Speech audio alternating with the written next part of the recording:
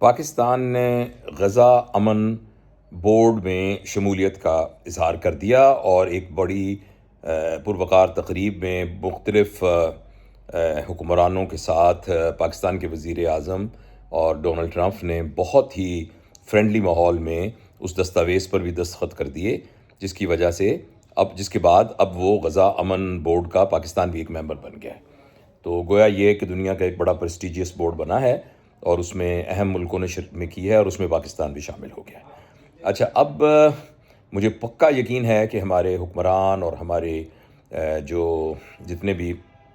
ہمارے اہل اقتدار لوگ ہیں، ان سب نے بہت غور و خوض کر کے اور سارے اس کے دور رس اثرات کو مد نظر رکھتے ہوئے اس پر دستخط کیے ہوں گے، کیونکہ یہ کافی بڑا فیصلہ ہے۔ مثال کے طور پر فرانس کے صدر نے اس پر دستخط کرنے کا فیصلہ نہیں کیا اور یہ کہا کہ چونکہ اس کے جو اس کی جو ڈیٹیلز ہیں، میں اردو کا لفظ ایک تلاش کرنے کی کوشش کر رہا تھا، معافی چاہتا ہوں، تو اس کی جو ڈیٹیلز ہیں کچھ وہ متصادم ہوتی ہیں یونائٹڈ نیشن کی کچھ قرارداد کے، تو اس لیے وہ اس کے اوپر دستخط نہیں کر رہے۔ تو لیکن اس کے علاوہ سعودی عرب نے کیا ہے، قطر نے کیا ہے اور لوگوں نے اس پہ دستخط کیے۔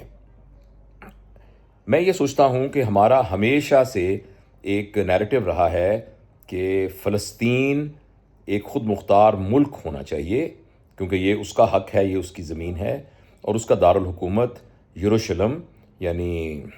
بیت المقدس جو ہے وہ اس کا دارالخلافہ ہونا، یروشلم اس کا دارالخلافہ ہونا چاہیے۔ اور جب ہم اس بورڈ میں شرکت کرتے ہیں تو ہمارے ساتھ اس بورڈ میں جو بگ برادرز ہیں وہ بھائی ٹرمپ ہیں، بڑے بھائی، اور اس کے علاوہ نیتن یاہو ہیں اسرائیل،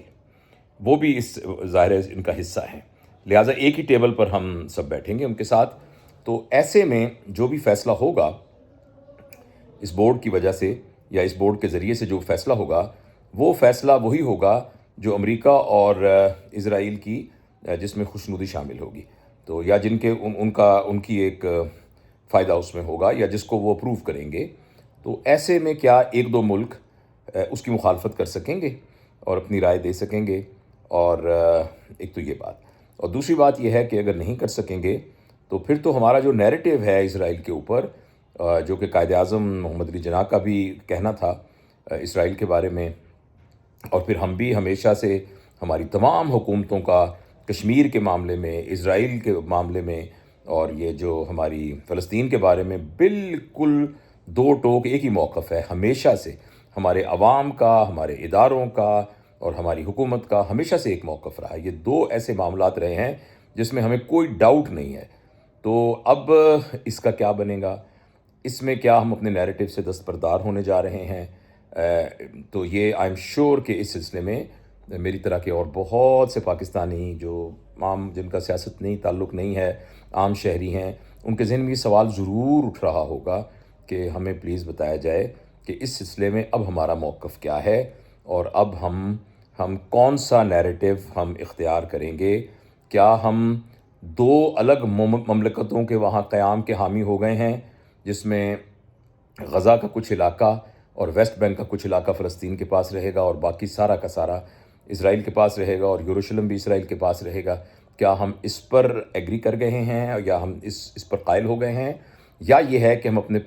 پرانے جو نیریٹو ہے وہ اس پر ابھی ہم اس پر قائم ہیں اور ہم اس بورڈ میں شامل ہونے کے بعد اپنے اس موقف کو بہت فورسفلی وہاں پہنچانے کے لیے اور بیان کرنے کی پوزیشن میں ہوں گے؟ تو آئی ایم شیور کہ اس سلسلے میں کلیریفیکیشن آئے گی تاکہ عوام جو ہے وہ اس ساری بات کو اور جو فیصلہ ہماری حکومت نے کیا ہے اس کو سمجھ سکیں۔